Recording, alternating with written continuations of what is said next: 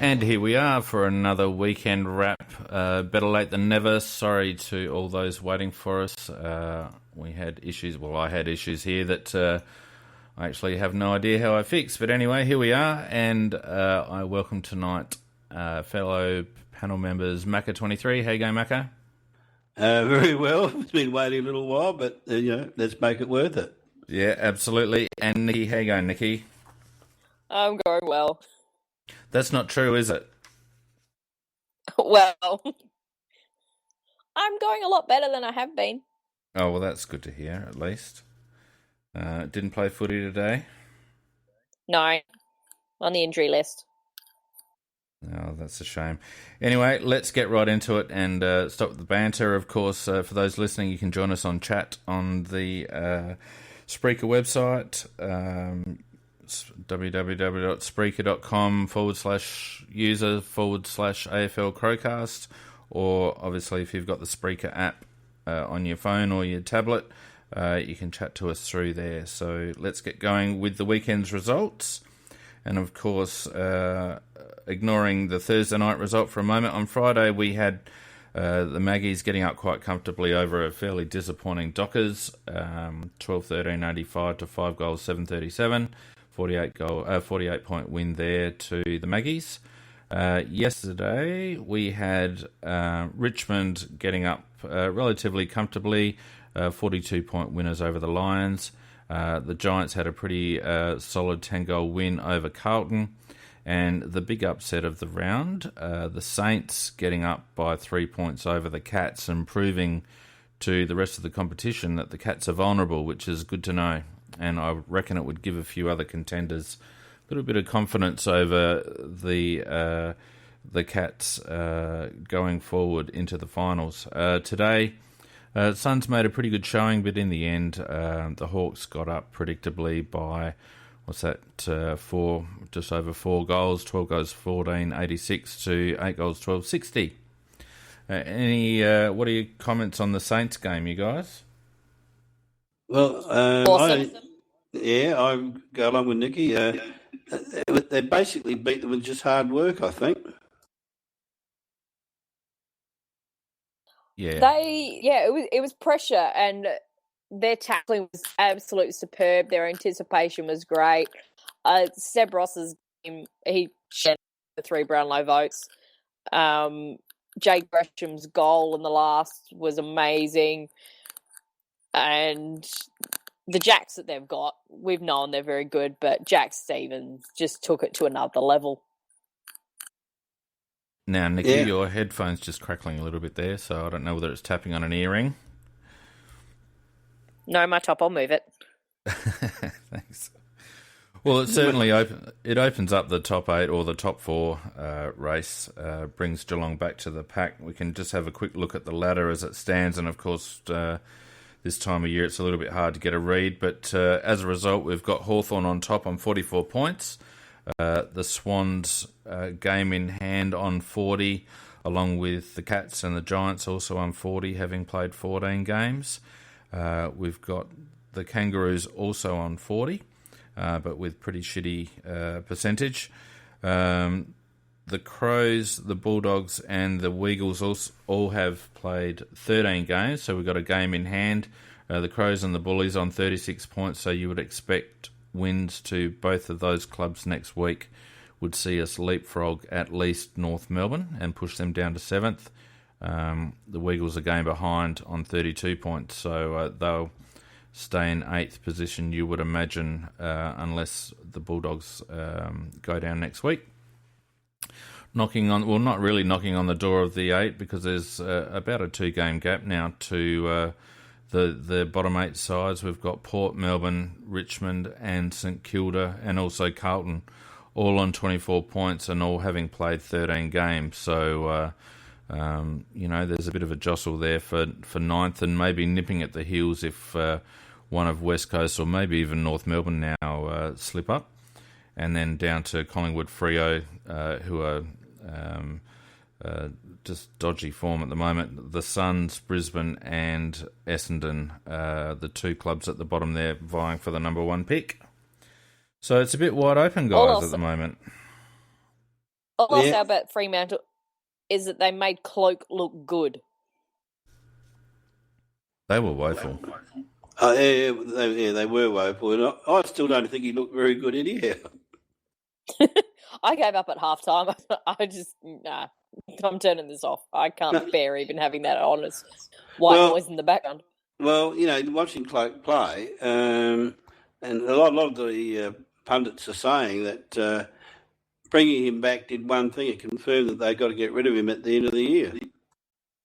I don't think they will. I think they'll see out his contract. They don't have a lot of options. Well, yeah, there's that, and there's also, he's on a fairly high-paid contract, so they'd have to pay him out. You'd imagine they'd just keep him on the list. Whether he gets many games next year is another thing. It's a very expensive VFL player. Yeah, absolutely. I reckon they'll still try and move him on, and even if they've got to pay half the salary, paying half, at least releases half. And the other thing, the problem they've got is that they've mortgaged quite a few of their next year picks. So they'd be very, very pleased, I think, to get it. I don't know whether they get a first rounder for him now, but at least a second rounder, it gives them a chance of getting more out of the draft. I couldn't even see them getting a second rounder for him, to be honest. What is he, 29 or something or other, or is he over 30 already? I don't think he's over 30, but his best years are behind him. But just listening to some of them talking about, they reckon that Fremantle would be a good home for him because Pabs obviously won't be there next year, and at least it's a big body up forward. I think it'd be a mistake for Freo. They're clearly in rebuilding mode, so they're going to go for youth. They've got Taberner up the front there, and I think they'll try and promote youth or maybe grab. They've got their own McCarthy. Yeah, they've got McCarthy in the wings there. That's almost a dead set. So isn't he training at bloody South Perth or somewhere or other at the moment? Yeah. For a while there he got stopped. Yeah, but he is now, though.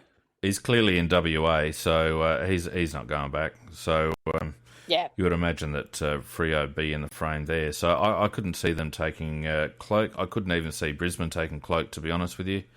So I reckon he just plays out his contract and retires, basically. The other one, watching the Collingwood game, was watching Young Age play. And gee whiz, he, compared to the first year he had up in Brisbane, he's in no man's land. He's an interesting one, isn't he? Yeah, you wonder whether it's a poor development at Brisbane that's affected his career, or whether he just topped out and he's come back to the pack. Who knows? His first year was quite promising at Brisbane, but he certainly hasn't come up to those levels since then, that's for sure. Well, he looks like a hack player at the moment. Watching him, he wouldn't get in our side at all. And the way I heard it, and whether I heard it rightly or not, I don't know. But, well, I actually got told by a family member at one stage that in his first year that he'll be coming home at the end of next year because Adelaide are chasing him. But Adelaide stopped chasing him in about halfway through the second year. So he wasn't regarded by us as being as good enough for us. And the papers are saying we missed out on Ace, but we pulled out of that race. Yeah. Makes you wonder whether we got some intel from maybe one Brett Burton. Oh, on the money. I think that could well be on the money. I wouldn't mind betting we got a bit of intel on him, because you're right, we did drop out pretty early, and we're quite happy for the Vic clubs to chase him on reputation. So it screams inside word to me. So, maybe it's an attitude thing, or maybe whoever fed us that information saw something that's been proven to be correct anyway. But we dodged a bullet on that one, considering who we ended up picking up. Yeah, definitely. Absolutely. Anyway, let's move on and talk about, obviously, the Crows game on Thursday night. It seems a bloody age ago, but anyway, I'm sure we can all remember, because it was a good win after one of the worst... it was cold! One of the worst winter days. It's just amazing that we got no no weather in the end. But in the end, the Crows managed to maintain their 100 points scoring, even though we did it quite unconventionally, scoring 12 goals 28, getting up over the Kangaroos 10 goals 7. So, that's 40 scoring shots to 17, but you'd like that 12-28 to be flipped over a little bit more. But still a good win though, guys. Yeah, very good win. I've never heard a cheer for a point so loud before when we got the 100th one. Yeah. And it was so funny because it was that stage, just like, we're just going to cheer points now. We got 100 points, woohoo! Some of those kicks, you could tell it was wind, but some others were like, So I would say probably being slightly generous, about half of the points were ones that they did kind of the right thing. They were trying to combat the wind, and the wind would then die down or pick up even more. It was just one of those horrible games. And I did notice the commentators hardly talked about the wind at all, but it was a hell of a factor, particularly when you saw some of the kicks that were going on just down the field as well. Yeah, but Nicky, you say that, but the one thing I really noticed when you watch the replay, and nearly every shot for goal that we had never moved in the air at all. If they moved, they might have moved. A couple of them did. Yeah, but if they moved, like the Lynch goal was really obvious. The Douglas ones where we had 2 shots just prior to that where the wind was pushing it the other way. So Douglas, and we were actually yelling at him to do exactly what he did because of the wind, and the wind died down. Yeah, but what Dougie so did... it went too far the other side. What Dougie did that you should never do... you should, unless it's blowing an absolute howler, you should never give away the goals. And he gave away the goals on the left-hand side with one of those set shots. And he kicked it well, because he does actually punch through the ball when he kicks set shots. Which is good in windy conditions, but he gave away the goals. If he'd aimed it just inside the left-hand post, it would have snuck in. There's a bit of a technique to kicking in the wind, and I don't reckon many of our blokes actually do it very well. But you don't get conditions like that too. I think our inaccuracy could probably be forgiven, given the conditions. But we've had a couple of games where we've kicked badly for goals, so you wouldn't want it to be a trend. No, it seems like we have. It's like a disease. When we start to kick crooked and miss the easy ones, it seems like then all of a sudden the rest of the team follows suit. But also, if we kick very accurately for goal, then the team seems to follow suit again. So I always like it when we get our first 2 or 3 shots in. Yeah, that's very true. I've noticed that as well. That it's all or nothing, one way or the other. So. Anyway, it's still a good win. Let's just run through some of the head-to-head stats just quickly. A couple of the stats jumped out at me. Kicks and handballs. We handballed a little bit more than what we have done in the last few games, whether that was a product of the scrappy conditions and needing to clear the stoppage a little bit more. But 387 disposals to 327, so, about 60 up on North Melbourne, and largely that was handballs. We went at about 1.3 kick to handball ratio, which was a little bit higher than North Melbourne's. We outmarked them considerably in the conditions, which was good, 80 to 64. Tackles were even. I thought Sauce did pretty well in the hit-outs, 40 to 54. Frees were pretty even. Not a lot of disparity in those stats apart from obviously our conversion rate and disposals per goal was much higher obviously than usual. We're usually up around the mid-teens, but we were 32 on Thursday night given the conditions, but still only 9.6 disposals per scoring shot, so we were still peppering away there, and obviously given the, I think, what do we have, 62 inside 50s, so 40 scoring shots from 62 inside 50 is pretty good. And on that, North Melbourne had 51 for 17. Yeah, exactly right, and a lot of their inside 50s were pretty shallow. They were a hack kick in or whatever. They didn't have much, particularly after half time. They didn't have much clean ball into the forward 50. whereas our entries seem to be hitting that 30 metres out zone, which is obviously a lot better. We smacked them in uncontested possessions. This is starting to become a bit of a trend now. 51 more effective disposals, but 56 more uncontested possessions than North, and we also won the contested ball stat by about 20. So we are starting to, I feel we're starting to control the play a lot more when we've got the ball. Our uncontested possessions have never been as high as they have been over the last few weeks. So that's another little tweak that seems to have crept into our game.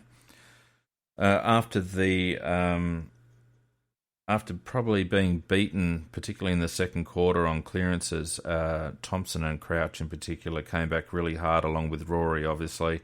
And we ended up winning the clearances by 10. And interestingly, and this is a bit of a... I never know exactly what they use to measure this stat, but we had 63 one-percenters to 38. And I've noticed again over the last few weeks, we've smacked the opposition in this one-percenters stat that they have here. So it means that we're doing the little things well, I guess. Yeah. Probably most of that's Charlie Cameron. Well, not just Charlie. The stats, I think, tell a lot of stories. The inside 50, for example, we're scoring about 60% of our entries into the forward line become scoring shots, whereas, North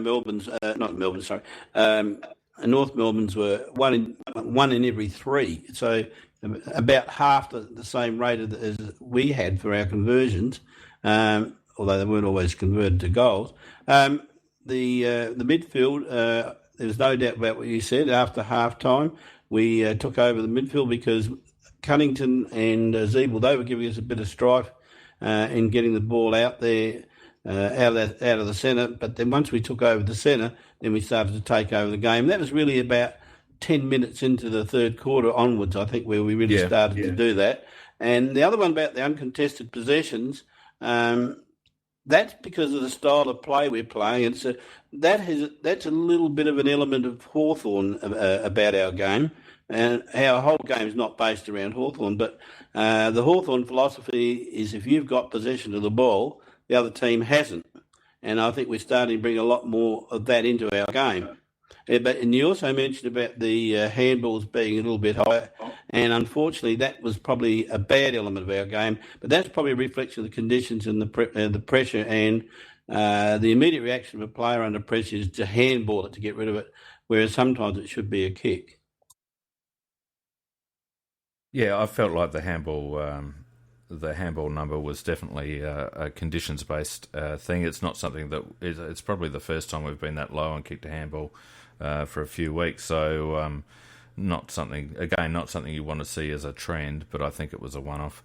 Vardy Magic on the chat here mentions that he feels that the schedule played an impact on the game. He feels that we're always going to run over the top of them.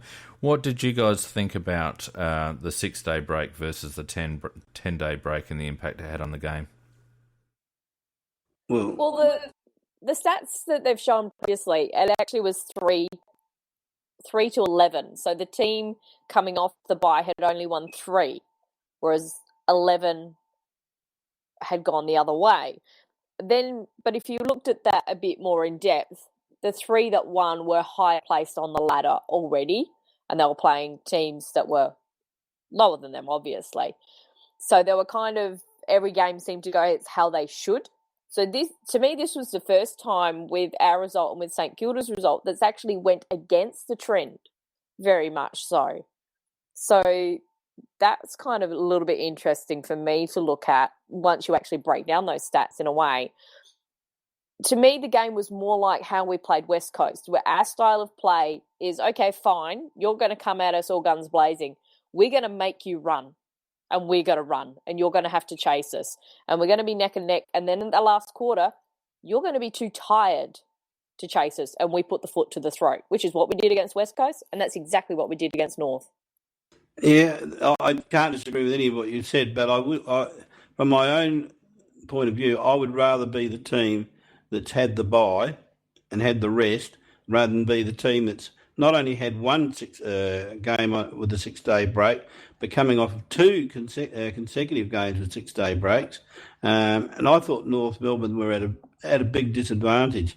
Irrespective of what the stats show, I would much rather have been in our position, being the home team, having a rest of, I don't know what we had, was it 13 days or 11 days or whatever it was, and they've just been having these very, very contested games as well over the two of them in a row over 6-day breaks. I really thought we had a big advantage in that sense, and I reckon it was worth a couple of goals at least. My own view is that I think clubs these days manage training loads pretty well. Brad Scott, even in his presser, mentioned that they basically think that 6 days is enough these days. And I also think that coming off an extended break, the danger is that you're slightly off the boil in terms of intensity. I was really pleased to see us come out of the blocks hard. But, coming off a long break in shitty weather, the danger is that you just take a little while to get back into that, that match hard sort of frame of mind. In the end, I don't think that... we had scoreboard dominance from pretty much halfway through the third quarter, and we could have really put them away in the first quarter, to be honest. I don't know whether it had that much of an issue. I think they missed Daniel Wells terribly because they had no real outlet players. So, Cunnington and Zeeble were doing a lot of in and under work, but they really didn't have many players who could run and carry. And I think that probably hurt them more than any sort of running out of legs. And it also shows that our game is very reliant upon our contested ball work, even though we're much more of an outside team than we were last year. We still do need to nullify at least our opposition's contested ball numbers, because as soon as their inside players get off the chain, we can be scored against. No doubt about that. And when I did the preview with Scorpus, I made that point that how important Jacobs was going to be against Goldie, because Goldstein's he's probably the premier ruckman at the moment, and he does give his midfielders a good ride when he's on top. And I thought Jacobs slightly beaten early, but as the game went on, he just wore Goldstein down, and he gave our midfield a bit of a ride in the last quarter and a half, and the ball was coming out of the midfield very easily, and I thought Jacobs played a very big role in that. How'd you see that, Nick? Yeah, I think Mac is pretty much spot on there. Whilst he wasn't winning the centre square as easily as we've seen him do before, particularly the past couple of weeks, his work around the ground was invaluable. His around the ground work is really good marks. Yeah, he's really stepped up his field play source, and he's becoming quite valuable both as a link man and also he's starting to take one or two more grabs. And I might just segue that into some individual stats, and we can discuss a couple of players. Obviously, we had a couple of standouts in the midfield. I thought Matty Crouch had one of his better games for the club with 32 disposals, including 16 contested possessions, 71.9% disposal efficiency, which was excellent. He also had 7 tackles.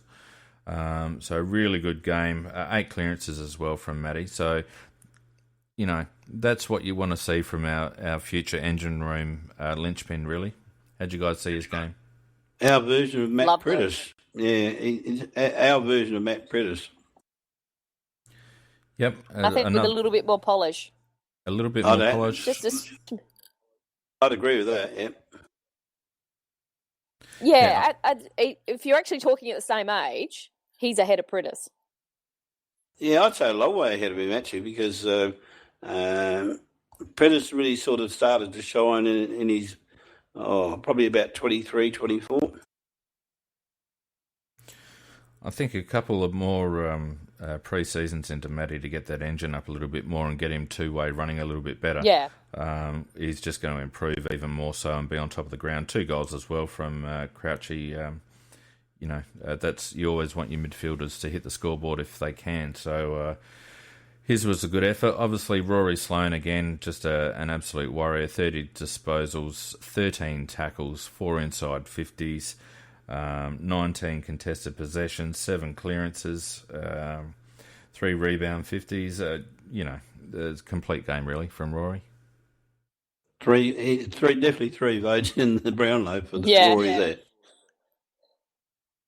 Yeah, he just keeps on stepping up to the plate each week. Laid another couple of hard tackles that were quite pivotal this week, and definitely 3 votes for mine as well. Scotty Thompson, I thought after halftime again stepped up his work rate, 9 tackles, 24 disposals, 15 contested possessions, which was excellent out of a total of 27. I thought his game, particularly in the second half, he got most of his clearances, I think, in the second half, ended up with 9 for the match. So he's proving his worth, and I think as an inside mid, as long as he plays to his strengths, and we have a structure that covers his lack of defensive running, I think he's more than capable of remaining in the side for a fair amount yet. Bradley Crouch, how did you guys see his game? 20 posies, 9 tackles, which was good. Only the 9 contested possessions, 3 clearances. I thought he worked his way into the game quite well. He thought he was playing in the SNFL initially, and he was frustrating us because he tried to do those little dicky handballs that he does in the SFL. Oh, I'll just get this out quickly. You can't do that in the AFL because they're going to close down that space so much quicker. And you're right, though. He did work into the game. Then the second half, his defensive efforts and some of that play he did there, whilst his disposal was probably on borderline between not so good and woeful, those defensive efforts were some of those that we needed, and it was a real pleasure to see him doing that. Yeah, I agree with you, Nikki. I think he's finding there is a big difference between the pace at AFL level and the pace at SANFL level. And in the first half, his brain was moving at SANFL level. And I was thinking at halftime, what are you going to do with this bloke? Because he's not really firing, and when he does get the ball, he's just scrambling it away with handballs to nobody or little short kicks to nobody. But to his credit, he kept working away, and I thought in the second half, I thought he became a very important member of the side because he won some very hard balls, and I think didn't he have 8 tackles as well off memory? So I thought he really got himself into the game, and if he keeps improving as he did just during that one game, then it looks a little bit optimistic for the future because his second half was satisfactory. His first half wasn't satisfactory. But you still got to remember this guy was out of the game for 12 months, and even the very critical Michelangelo Rucci admits that a player that's been out for 12 months, it does take them nearly a full year to get it back to their very, very best. And I think by the time the finals come around, Brad's going to be very important for us. Yeah, and I think he stays in now. We've got a slightly easier run, although no game's really easy, but we've got a slightly easier run now. I think when Seed comes back, I think it might be DMAC that drops out, although David had another reasonable game on Thursday night. I think McKay's the one to come out now. I think Crouchy needs a run of games now in the ones to get the pace of the game, to give himself that extra moment to get some better disposal options going. But his attack on the ball was fantastic, so he's obviously committed. He laid 9 tackles, Macca, so you're right there. He was certainly, his defensive action was very good. And I felt like he made some key plays in the second half. So good signs, I think, from Brad. He didn't look as much of a fish out of water as he did his first crack at it early in the season. So I thought he was quite good. I thought our second best player was probably Jakey Lever, actually. 18 disposals, 6 marks, most of them intercept in the snake pit. One of the best candies you've ever seen. After we had a chat with him the other day, he certainly didn't let us down with that one. That was brilliant. And I love Hugh Greenwood tweeted about it. As soon as it happened, he actually tweeted and said, yep, he's going to be telling us all about that for the rest of the week. Yeah. And Scorpus did a nice job of posting up the little clip on Twitter, and I think the club actually picked that up and posted it themselves too. He also had 6 rebound 50s and 7 1%ers, so really good game from Jakey, and his composure for such a young lad, as we've spoken about before. Pretty solid, and obviously a bright future. Jared Lyon's a little bit quiet. I thought Brodie Smith was in and out of the game. Lukey Brown was solid again. Rory Atkins is probably the other one that I felt had a pretty good game. 21 disposals, 6 marks. Really starting to become a valuable outside player, although he doesn't shirk the contest when he has to go. But his composure and decision-making under pressure outside of the contest is really valuable to us. I love the way that guy's improved, because I used to be very critical of him about the fact I was wondering whether he was going to make it, because while he had all the skill in the world, he wasn't going in for the hard ball. And if you remember rightly, at the end of last year, he piked one, which was very, very obvious, and sort of got a negative rap for that one. But this year, I can't say that I've ever seen him pike, and in fact, I think he's taken his game to the level now where he not only has an excellent outside game, but he's got a very acceptable inside game, and his ability to move in traffic is unreal. And I had him probably in certainly in our best 4 players. You could argue whether he was 3rd best or 4th best, but I thought he played an excellent game, and he's going to be a real star of the future if he keeps progressing at the rate that he is. Yep, and sneaky quick too, Macca. I love his little side steps that he does just to create that space. Everybody seems to forget he's a left footer. So the lever candy, that also had Atkins selling the little bit of candy beforehand to get it to lever. So you had 2 there.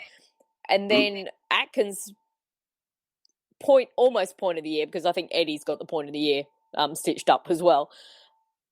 That one also had Matt Crouch creating a little bit of space and doing a bit of the side step and wrong footing his own player. So we've actually got a couple of nice little candy sellers going on there. Yeah, just for the... Sorry, I was just going to say, the guys in the club that give Lever a little bit of crap about his, selling the candy, I watched that, but I was mesmerised by it, because I don't know how he did it, but somehow he got the 2 North Melbourne guys running into each other and him running away in the opposite direction. I just couldn't work out how he did it. Well, he sold it to both I of them. may have that watched it. The guy coming at him. Over again. Yeah, the guy coming at him and the guy coming up from behind him, they both got sold. And it was poetry in motion. And you don't like to see a guy get hurt, but the North guy that just went down was... You had to have a little chuckle. The good thing about the Rat and the way he does it is that when they do pick him on the left, he's got the ability to slip inside and stay on his left foot. He's got very good balance. And because he's not one of these ranging left footers like Simon Goodwin that have that big arc, he's able to step inside and maintain his left side without having to go to the right or be off balance with his left foot kick. So he's got very good balance. And his brain works quickly as well. Yeah. Another couple of blokes to mention, and probably one of the reasons that we do have such a good ability to have return inside 50s at the moment. Mitchie McGovern and Charlie Cameron, whilst not big stats winners, although Mitchie had 13 and 7 marks, really showed his contested marking skills on a challenging night. Between them had 13 tackles, so for 2 forward line players to have 13 tackles, that's one of the reasons why teams are finding it hard to clear our forward 50. He's a very important... and McGovern's not getting dropped anytime soon. No, you've been reading some of the people that post in Big Footy have been saying that McGovern to go out next week, blah blah blah. But he's a very big fat no. He's a very important ingredient up there, because he takes shock marks, he tackles, he He's a player that does the unexpected all the time, and as well as doing what is expected of him. And I think he's a very handy player for us. 191 centimetres and probably the best contested mark in our forward line. And hurts blokes when he tackles them. So I think I love watching him do that. You know, you'd always love him to get a little bit more of the ball, but he's only played a handful of games, and he's only going to get better. And I think you comment quite rightly, Macca, continuously about the fantastic mix that we have up forward. And I've heard some commentary today saying that it's nigh on impossible to stop or to cover Adelaide's forward line, given the variety of players up there. And I think he's integral to that mix. So I can't see him coming out any time soon. Certainly, you wouldn't take him out at the moment for Menzel, simply because I don't think Menzel brings everything that Mitch brings to the table in terms of that role that we have him playing at the moment.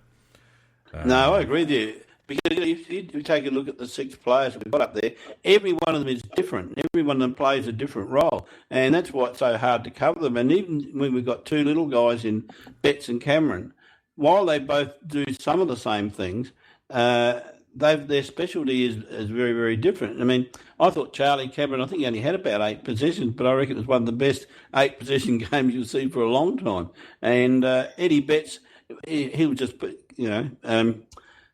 had to be polite then, he'll kick goals out of his backside, and, So what you're saying is he'll pull him out of his ass. Is that what you're saying? That's what really came out, yes. But even though they're 2 small guys, they're both very, very quick. I mean, and Charlie, he's so quick, and they provide different elements. And I was saying to my wife when we were watching the game, I was saying, one of the most frightful thing in being in a defender against the Crows would be to have either Betts or Charlie chasing you. Yeah, well, that's right. Because they're going to get you. Yep. And McGovern as well, because McGovern's actually a lot quicker than people think. And he closes so fast, and he does a full body slam when he tackles somebody. He lunge tackles. And what I love, though, with that forward line, it was, okay, yes, we've got all these different players, and they all play slightly differently. We've got set roles in a way within our forward line, and they can all interchange. And they bring a little tweak of difference to each of those roles once they do that, but they're working together really well. So well done to Teague. I think he's done a great job in kind of getting that balance going quite nicely with that forward line. Can't argue against that. Most cohesive forward line I think we've ever had, and probably vindicates the raps that were on Teague when Walshy brought him over last year. You would imagine that he might sneak up the pecking order in terms of future coaches based on the results that he's got with our forward line at the moment, given that he's got cattle. But we're still a very young forward line, so and we're very cohesive at the moment. Yeah, and the other thing, if you've been around for a few years, remember the days when Ian Perry was our forward line, and that was it. And if he was a star, and he wasn't very much chop, he was honest, but it was not much chop. That's why I love our forward line so much. We've actually got 6, if not 7, very good forwards that we could use. Well, it's one of those situations where in the past I felt like we've always had one deficient area of the ground. And at the start of the year, you could probably be forgiven for thinking that it might have been our defence this year that was deficient. But the longer the season goes on, the more... the less deficiencies you start seeing in the Crows team. The midfield is probably the question, given we probably lack a star, apart from Rory, obviously, but, that smooth-moving outside midfielder. But everyone playing their role, and with the team defence really helping to hold up our defence or our back six, there's not a lot of deficiencies in the side at the moment that I can see. Let me throw one at you that I've been hearing on the quiet, and that we are chasing Hurley of Essendon, and he's come out and said that if he doesn't play with Essendon next year, and he isn't overly happy with Essendon because what happened to him in the sense of being injected with stuff that he doesn't know what they did inject him with, and on top of that, that's cost him a year out of footy.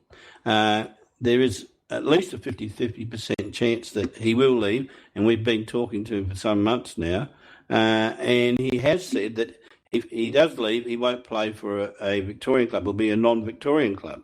So if we do chase him, it'll cost us nothing in terms of the trade, in terms of draft picks. If he does do as he said he would do, which was to leave as a player that's a free agent because of the treatment that he's received. They didn't look after his welfare properly. But it will take us a big slice out of the salary cap. And you do raise a good point, because I do think we need a very smart mid. So what's your viewpoint on should we really chase Hurley hard, as I think we are? And if so, where would he play? Yeah, it's a hard one, because I've actually heard that Hurley and Joe are decent mates as well, which probably puts us a little bit in front of maybe a couple of other teams. I don't know whether he feels an immediate need, but it's hard to argue with the talent. Yeah. For me, it's when somebody of that talent comes up and it doesn't quite fit right now, but you just kind of go, am I going to kick myself later? Well, let's have a look. I think you've got to jump. Let's have a look. Talia or Hartigan goes down with injury. All of a sudden, our back six, particularly against the taller teams, is all of a sudden vulnerable. We don't have a lot of key position defensive players to cover, particularly with Sam Shaw struggling, the poor bloke. So whoever comes in is going to be pretty green, and having a bloke like Hurley either in the 22 or around the 22, or whether he would end up, pushing another bloke out. I think we could always do with picking up our defensive depth. Also, Hurley's shown that he can play at both ends of the ground. So there's some versatility there. Put it this way, Mako, if you were picking a school team, and you get two captains and one's picking one and then the other guy gets a go, and Hurley came up, you'd pick him, wouldn't you? He's in. Yeah, he's in. I reckon we take him if he's available. Simply because I think he's too talented to pass up. And not forgetting, if we don't pick him up, someone else is going to pick him up. So not only are we missing out, but some other team is being strengthened. You can imagine a team like, again, Fremantle might be all over Hurley's services. So I reckon you grab him if he's available and wants to come. Well, I think, there's only a certain amount of clubs he would go to, because if he does leave Essendon, it would be to go to a team that's got a very good chance to play in a flag, or at least in the finals. And we qualify in that respect. I don't think the West Australians really do. Sydney obviously would be one, and maybe even GWS, but I think it's a limited field. Yeah, and I don't think GWS would be interested, to be honest. Sydney don't have the room. Rio, it's fair. I reckon if Adelaide are keen, and given his ties with JJ that I've heard reported in a few places, same. I don't think he'd go to Port. Damp Squib on the chat says much rather Hurley over Hartigan. Yeah, and that's not a knock on Hartigan, but you're probably right. Just because Hurley's got a few more strings to his bow. And an All-Australian. He is an All-Australian. Exactly right. So it would be harsh on Hartigan if he were to drop back down or drop back down the pecking order because of an inclusion of Hurley. But you can't play favourites when you're trying to win a flag in the AFL competition. Yeah. And, the injury situation, as we talked about a moment ago, is there. We are vulnerable to injuries to our tools, and we've been very lucky not to have had any so far, touch wood. I reckon, in answer to your question, Macca, we'd take him every time, I reckon. Okay, and then let me just throw another one at you. We lost Kerridge to Carlton, and he had to go. One of the guys down below had to go because we had too many of the same type. And we're getting into that same situation again now, that if you look at our first 22, outside of it, you've got CEY, you've got Grigg, and you've got young Wig coming up as well. One of those eventually, maybe in time, they will get a spot in the A's, but I think that at least one of those will probably leave at the end of the year as a trade, and I'd just be interested in your thoughts on that. Yeah, I mean, I don't want to get too much into this because this is probably more a Tuesday Night Live conversation, but definitely I think I reckon we're going to see Ellis Yeoman be put up on the table. He's putting up good numbers, and we'll cover the SANFL briefly in a moment. I still am a big G Do for we have Lockie. to? Yeah, I'm still a big G for I Lockie sat Neal. through that. I would love to get Lockie Neal to the club. Apparently he's signed, though. He's already signed for 3 years to Freo. Is that Yep. confirmed? Yep. Yes, it is. Yeah. Oh, stuff him Over then. the I can't weekend. stand him. Can we have Prestia then? Oh, I'd love to get Prestia. I want Prestia. He's a gun, Dion Prestia. But I reckon with the Suns. And incidentally, yeah. on that, before the game, because I was listening to the radio, they interviewed Eid and asked him about losing players. And he said, well, we actually haven't lost too many, but we have sat down and had a chat with Jager and with Dion. And Jager doesn't want to go back home, which is to country Western Australia. And Dion has told them that when he makes the decision, if it is to return or if it is to leave, family will not be the reason. Yeah. So that gave me the impression that Eid actually said, yeah, we're going to lose. We may lose some players. I think he pretty much knows. But it's on record that he wants to go back to Victoria, though, Nikki. Depends on who can do the deal for them, etc. And if you get in his ear early enough, the way we're playing. Yeah. Oh, I agree with that, but then everybody else would have been in his ear as well.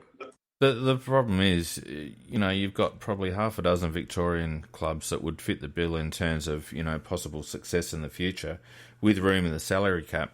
So you're not beating one club to get him, you're beating about half a dozen. I'd love to have Prestia. I don't know whether he's exactly the type that we need, but again, it's that talent conversation. But yeah, I'd be surprised if he overlooked Melbourne to come to Adelaide. But if we're on the brink of a flag, that's pretty enticing. But I think we need outside. I think we need another classy outside mid. We've got Charlie Cameron coming up, but I think he's 2 years away from really having the engine to start the mids. But I'd be going for a speedy, classy outside mid if possible. And we may just decide to suck it up and draft in.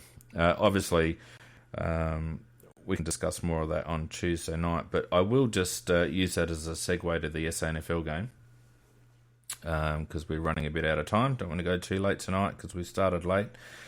We got smacked by the Doggies, 17-8, 110 to 8 goals, 755. Doesn't seem like the sort of scoreline you were expecting. Did you go, Nick? Yeah. The Doggies have a lot of little fast players, and that's the type of team we have an issue with because we play the AFL game plan. And so for some teams in the SANFL, we can't counter them because they're playing a very, very different type of game. So, and the over was quite heavy. The players looked really flat. They couldn't seem to run across the ground very well. Our top-up players were very good. And on that discussion, Cam Ellis-Yeoman, he got a bit of the ball. And it was kind of pleasing to see, but he then didn't quite do enough with it in order to go. I thought Wig was actually more effective as a midfielder than him. Gore was a bit vanilla, and I'm wondering whether he's just struggling in terms of the workload because he was injured for most of last season. So I wonder whether that's kind of playing a little bit because at the start of the season he was playing quite well. Dode, we've definitely got an absolute keeper in him. he and Ramsey down back were basically stopping it being even worse. Poor Jake Kelly had a dog of a game. He was trying hard, but nothing went right for him. Loudon was actually quite good when the ball was within his vicinity. He was moving some of the best I've ever seen him move. Yeah. But yeah, Menzel not doing so much on the wing. I don't think the conditions helped him, and he got a high hit late in the game and had to come off. So I think that was more precaution regarding the previous concussions that he's had. So I think it's time that we started to demand more from Troy. He's had 6 months in our system now. He's playing on a wing. He's playing he only primarily got 9 on the touches. wing. Yeah, but we really miss Beach on the other wing. It's interesting you were talking about... Oh, Wayne Millerer. Yeah. Oh, I was very upset with Wayne. He just doesn't... He doesn't understand to stay in the contest the whole game. A couple of times he was in a good position and players went to handball him and he just kind of looked at it and goes, oh, there's the ball. Why are you giving it to me? Kind of thing. Like, he didn't expect to get it, whereas he should always be expecting. He needs to get involved in the game a bit more. We're also playing Greenwood through the middle a lot more. And he's not quite there in the midfield yet. Yeah. Yeah, I noticed what you were saying before about the effectiveness of Ellis Yeoman. I noticed that he only had 1 inside 50, whereas Mitch Grigg had 6. If you're going to get the ball 37 times like Cam did on the weekend, you'd think you'd be getting a little bit more input into forward 50 from that. So obviously a lot of little dinky stuff around the place and not much, not very damaging with his disposals.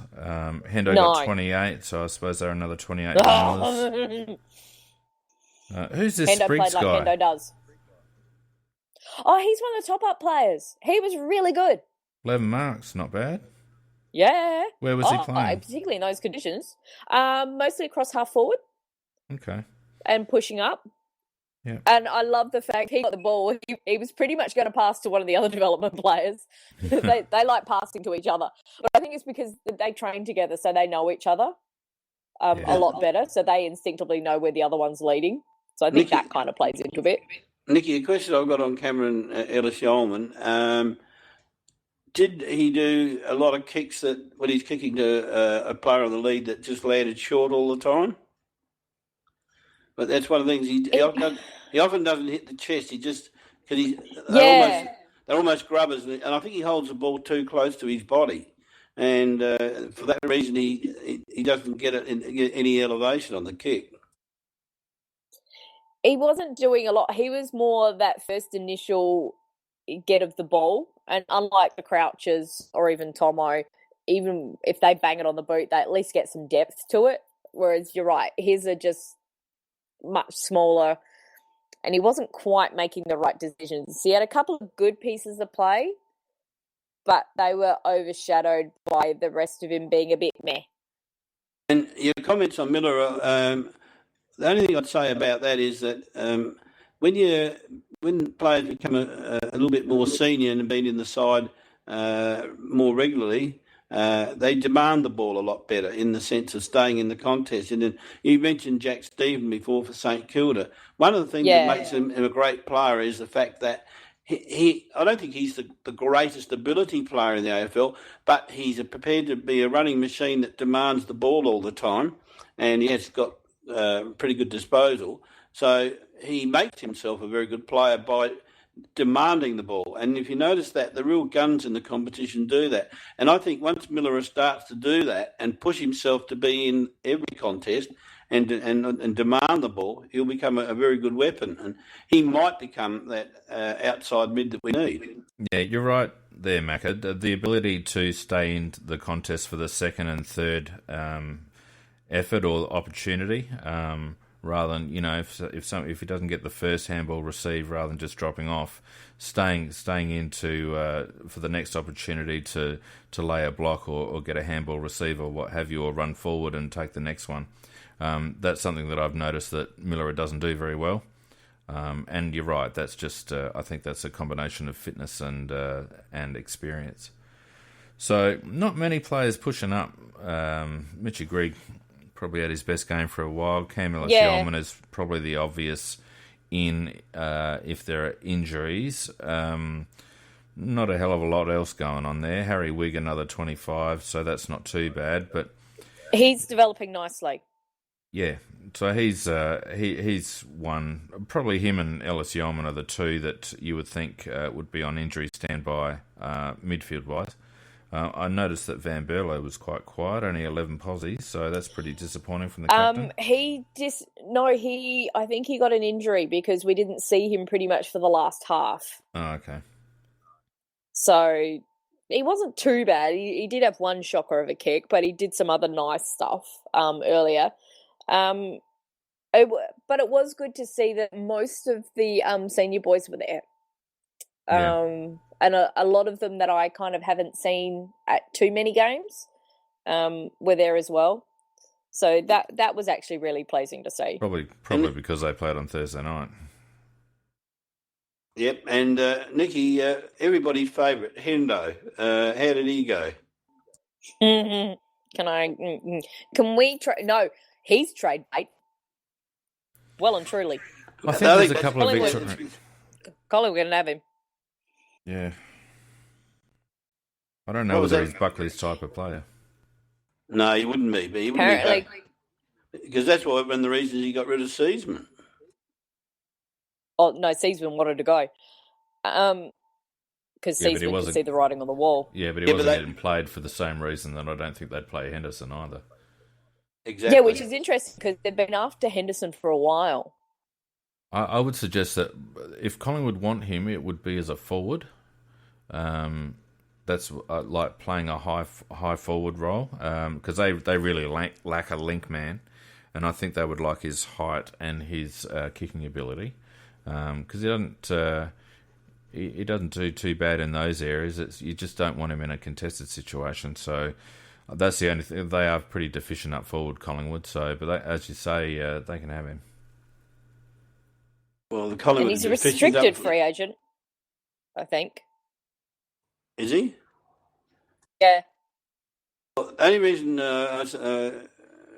I'd rather him not be a free agent, but the problem is that Collingwood haven't got much to trade with because of they've sort of mortgaged their future to some degree.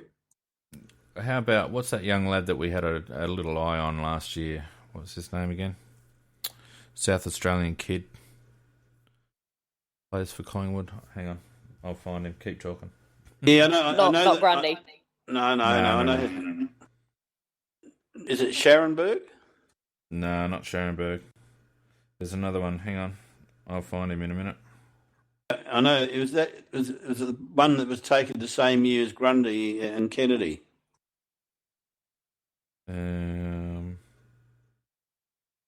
Not Maynard. No, he mustn't was, have of course, played. the son of Rodney. Yeah, I know. That we missed out by, 3 games again to getting father-son or something like that? Yeah. No, he mustn't have played. I'll find it, but... No, he didn't play. He's injured. I know the bloke you're talking about, and I can't get the name out myself, but he is regarded as a very good player. Yeah, so maybe someone like that in a swap, because he hasn't played a lot of footy. Anyway.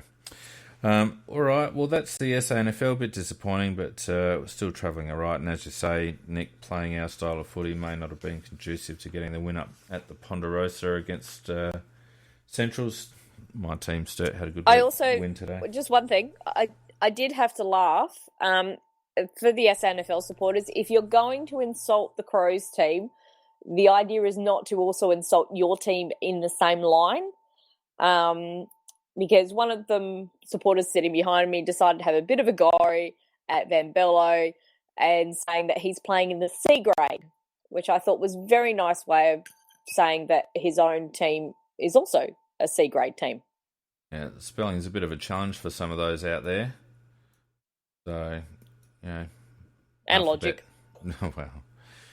All right, so obviously next week we've got Melbourne, and we'll cover that on Tuesday Night Live, and obviously Scorpus with the teams on Thursday night. But any initial thoughts, any changes that you could see unforced?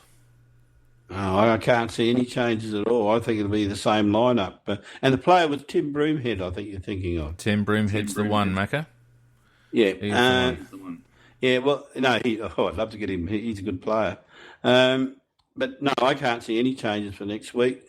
I thought every player virtually played their role. Even McKay, who did that horrible little giveaway goal, I thought overall his game was certainly acceptable and passable.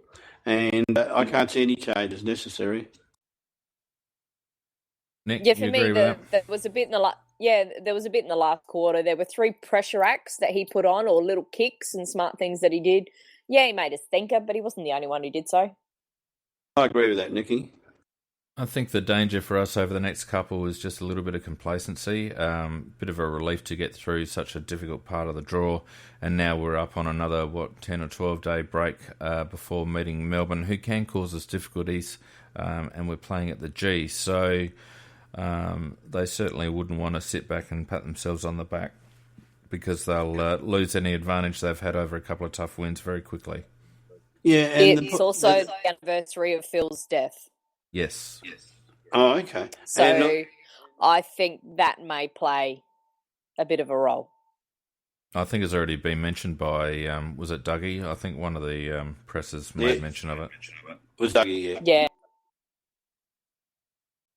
Yeah, no, I can't see any unforced changes either. I don't think there's anyone really pushing in, and I don't think there's anyone now that Hendo and VB are out of the team, particularly with the likely types injured at the moment, Seedsman. I think we're going unchanged unless we've got a niggle. And I would expect that Melbourne will take it up to us, but you would hope that we would get over the line. And I don't know what Bernie's going to do now that he's got no one to tag, but maybe try Sloaney. Yeah, I don't think he's. I think Sloaney might be a little bit of a different beast to Patrick in terms of Bernie's tagging him. We might get Dougie to tag Sloaney and Vince, I mean. Well, you never know. We might decide to line up Bernie and rough him up a bit just to say thanks. But, it's wide open at the halfway mark. Obviously, we're in with a good show, probably the best show we've had for a top 4 finish for quite some time. So it's good to see the team up and about. There seems to be good team spirit around the place, and everyone's fit and healthy. So a really good spot to be in, and hopefully over the second half of the season we can consolidate and really make a fist of it going into September. Well, we certainly are in good shape. And the only thing that could be a problem is, as you say, complacency. If we mustn't take a big, deep sigh and say, thank God we've got through all those hard games, and now we've got the easy run, because as St Kilda showed, as Melbourne have showed in other games, there is no easy games at the moment. Correct. And on that note, Macca and Nicky, I think we'll call it a night. Thanks very much for joining us. Sorry to those listening live for the late start. As I said, a bit of a mystery technical issue there that solved itself eventually. Don't forget to look us up and like us on Facebook. That's someone tweeting right now. Follow us on Twitter. Give us a review and a thumbs up on iTunes, and follow us on Spreaker so that you can be notified of future shows. And obviously keep an eye out on the boards for future shows as well. But that's it for us for now. Thanks very much for joining us, and we'll see you on Tuesday night. Bye. Bye all.